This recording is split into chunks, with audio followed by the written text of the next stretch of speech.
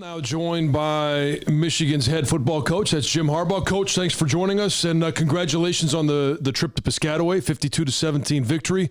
When you watch that film, I ask you this all the time, what's your takeaways from that opportunity to learn about your team? The thing that screamed off the tape was just how hard our players played in the game. 60 minutes, all four quarters. Defense was off the charts.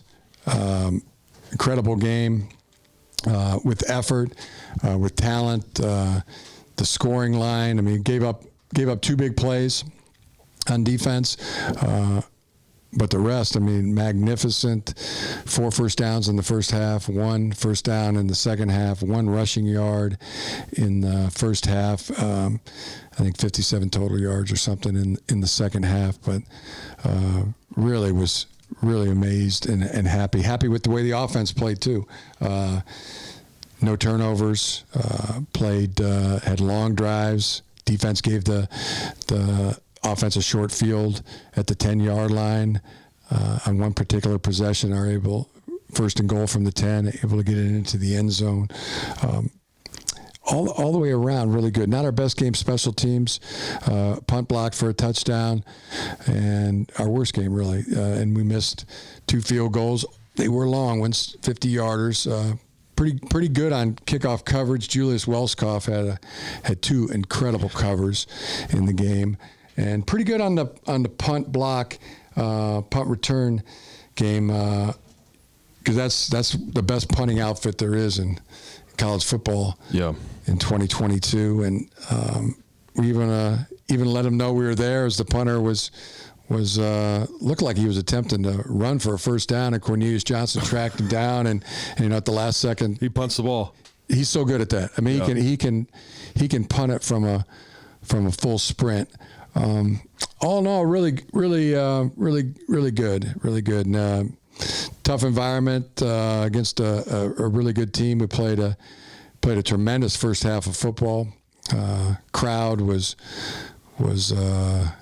full and loud and there too. Good. Did have a lot of Michigan fans. You could tell at the end. Really, they were just the Michigan fans that were there. We're happy to have the win. We're happy to keep it rolling and get ready for Nebraska. On the punt that was blocked, was that just an identification issue? Was it communication amongst the punt protection team? Yeah, they didn't communicate possibility of the twist. Veteran guard, should have been better at that and helped the center. And those 2 should have really come off and picked up the twist. It's something that's not easy to pick up, but not super hard either. Mm-hmm. When you play against a team like Rutgers and they have something that goes right like that, they tie the game up at 7 apiece, it gives them a little bit of juice, it gives them a little bit of energy, and then you see the onside kick, which your team was ready for. Yeah, that was you another see thing. some trick plays, double reverse, flea flicker. The response that your team had following that block punt, what did you see? Yeah, I thought it was really good. You make mention. I mean, you talk about a block punt for a touchdown. One single play in all of football. Be interesting to have that argument. What is the biggest momentum play in all of football? Is it a pick six? Is it punching it in on 4th and 1 when you're at the goal line? Kickoff return for a touchdown. I mean, I'd argue the block punt for a touchdown is probably the single biggest play that can happen in a game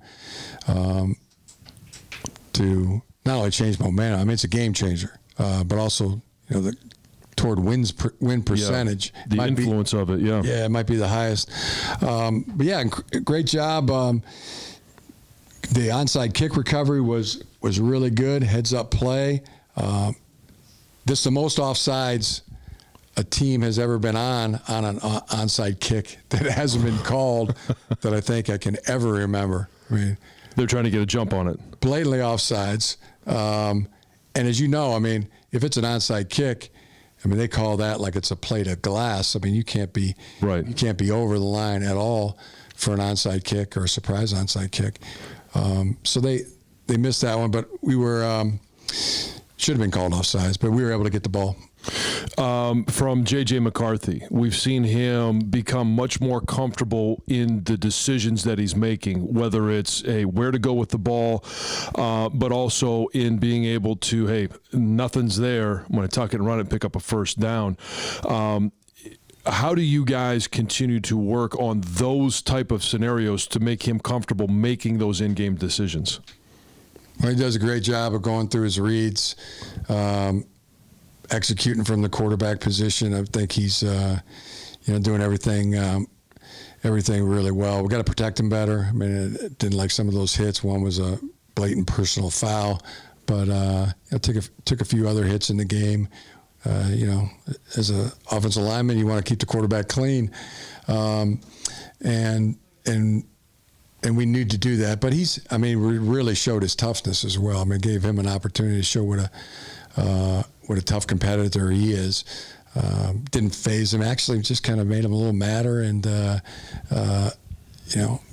much more motivation. Nothing ever seems to rattle him, which is a great sign. Doesn't matter if he's on the road and we're behind, or we're ahead, or we're at home and people are cheering, JJ, JJ. We love JJ. Or you're on the road and they're booing the heck out of you. It's just nothing seems to fluster him or get his train of thinking off of what he's supposed to be doing. We've seen guys like, for example, Andrew Anthony running in the secondary. He's wide open. Earlier in the year, it's been Roman Wilson. We've seen CJ. We've also seen Ronnie Bell. But there hasn't been that connection on that deep pass. Well, there has, and we have hit Roman on a deep pass. Well, you're right. Yeah, I apologize. But some of them have been missed. And recently, what needs to happen to make those a higher percentage completion?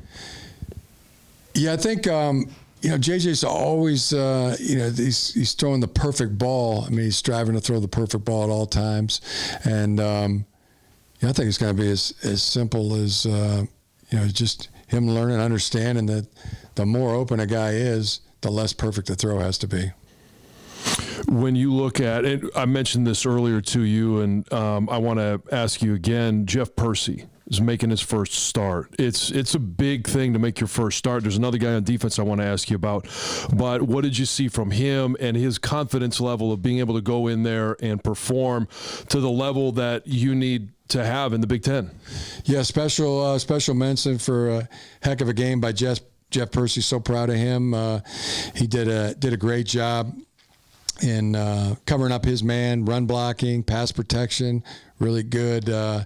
The way he was striking was noticeably good. Continue next thing to sustain after the strike, and but in all ways, I thought he did a heck of a job. And before we go to break, we won't talk about specifics, but you had a number of guys that weren't able to go on Saturday night. Where are you in terms of the health of your team as you approach the final 3 games of the season? We'll see. Come back to practice today. Meet with the team, and practice tomorrow, and find out where guys are. I think we'll be in better shape. We'll see if we're in a lot better shape for this Saturday coming up, or a little better shape. Well, we'll get a chance to talk more defense when we come back from the break. Tonight's show is brought to you by Meijer, presenting sponsor of the 2022 Michigan football season and proud supporter of hundreds of local sports teams across the Midwest. This is Inside Michigan Football, brought to you from Learfield. Welcome back to Inside Michigan Football, joined again by head coach Jim Harbaugh. And, Coach, we were talking about a guy on the offense that had a first start in Jeff Percy, how he did. I believe it was Will Johnson's first official start as well. What'd you see from him? Obviously, the interception was a lot of fun to watch, and not just fun with the interception, but he's a great athlete, a great return as well. Yeah, we've seen a lot of good play from Will Johnson already. I mean, good coverage, good physical play. now an interception. Looked like he was trying to score as well too. Looked good with the ball in his hand, running with it. I think a lot like JJ. When JJ would get into every game, you could see how good he was. And then when he got his first start, I mean, it was really good too. So Will, tremendous game for him. And you love seeing guys once they they get their first start and to see where it goes from there. It's going to keep learning. Everything's a learning experience, and it'll keep getting better, I would imagine. And the D-line, I know you talked to Doug Karsh last week, and you shared some of the tenets of the defense. One of them is block destruction. And when we hear that, we think of Mozzie Smith, Mason Graham, Chris Jenkins, just blowing up blocks. One of the things I saw this week was, from both Mozzie and Mason, I'm sure there was others, when they're moving, the swim, and avoiding blocks. I mean, that's block destruction as well. It's defeating that block. How have you seen those guys use different techniques to have an outcome where Rutgers only gained 14 yards on the ground? Yeah, there's the 5 points of defeating a block. You come to your point, you deliver a blow, then you control the block, then you find the ball, then you get off the block and go make the tackle. And there could be when you're getting off the block, could be a arm under, could be a swim, could be a rip technique. I mean, there's just quite a few. There could be a counter move. But the way Chris Jenkins, Mozzie Smith, those two, Mason Graham, have been playing, Mike Morris, Taylor Upshaw, Iyabi, Oki, Braden McGregor. I mean, there's a run wall that's really there, and Junior Colson, Mike Barrett, behind them, doing a great job of playing their gap, playing off their blocks, playing behind the blocks, falling back on the blocks. Sometimes shooting the gap. There's a ton of ways to do it, but really impressed how they've all come together and are playing team defense, hustling, playing really hard, just fabulous, and really a lot of mention for Mike Barrett too. I mean, I was going to ask you about him next. Oh man, such a great thing. I mean, he'll remember that game the rest of his life till they throw dirt over top of him. Most Wolverine fans will too. It was just one of those great games, and Mike is. He's really come along. It's so good in his fifth year. I mean, here's a guy who decides to come back for his fifth year and playing in a more traditional defense, as the Will backer. Used to be the Viper, when he was here, which is more of a hybrid between an outside backer and a strong safety. But I think he's really, really found a home at that Will backer position, and I'm just so glad for us, so happy for us that he came back, and really happy for him. There's, a football identity for Mike Barrett now as a linebacker, a really good special teams standout. I mean, it's great. When you look at this Nebraska team that's coming into the Big House this weekend, what is it that you see? What challenges do you face? They're really good. I mean, and they've put together some, really good halves of games, 3/4 of games. Same challenges we all have. Every football team, has good schemes, has talented players, and getting everybody to play at or near their best for the full 4 quarters is the challenge we all face, and Nebraska faces that challenge too. And if they can play good and play good for 60 minutes, I mean, they'll be really tough to beat. And if we can do that, then we'll be darn tough to beat. Matt Weiss is going to join us in the next couple of segments, and we talked about Sharon Moore as co-offensive coordinator, now Matt Weiss. How have you seen him grow as a play caller, and really those two guys together, being able to work together to create the game plan and then see what we see on Saturdays of a seamless opportunity to call plays. There's not useless timeouts. You guys have really got that timing worked out. Yeah, I'm both really good coaches, both very experienced coaches, and they're doing a phenomenal job along with Mike Hart and Ron Bellamy and Grant Newsome, and some really good coaches, Brett Ingles and Kirk Campbell doing a great job, Andrew Goodrich, Mimi, Bolden Morris, the whole staff on that side does a great job, works really well together, and in terms of game planning, and then when it gets into the game, the calling of the plays, it's been good. I'm happy. I'm really happy with the offensive staff and how they game plan, how they coach, and how they call plays. One of the stats, and I don't know the exact numbers, but the way that you guys come out in the second half, the third quarter has been a dominant quarter for you guys. What is the process of making halftime adjustments where you go in and say, okay, hey, we're going to continue to do these. We got to adjust these things, because both offensively and defensively, you guys have come out and dominated the third quarter. Yeah, that's the process. As we go into the locker room, we meet first as coaches. The offensive coaches meet together. The defensive coaches meet together.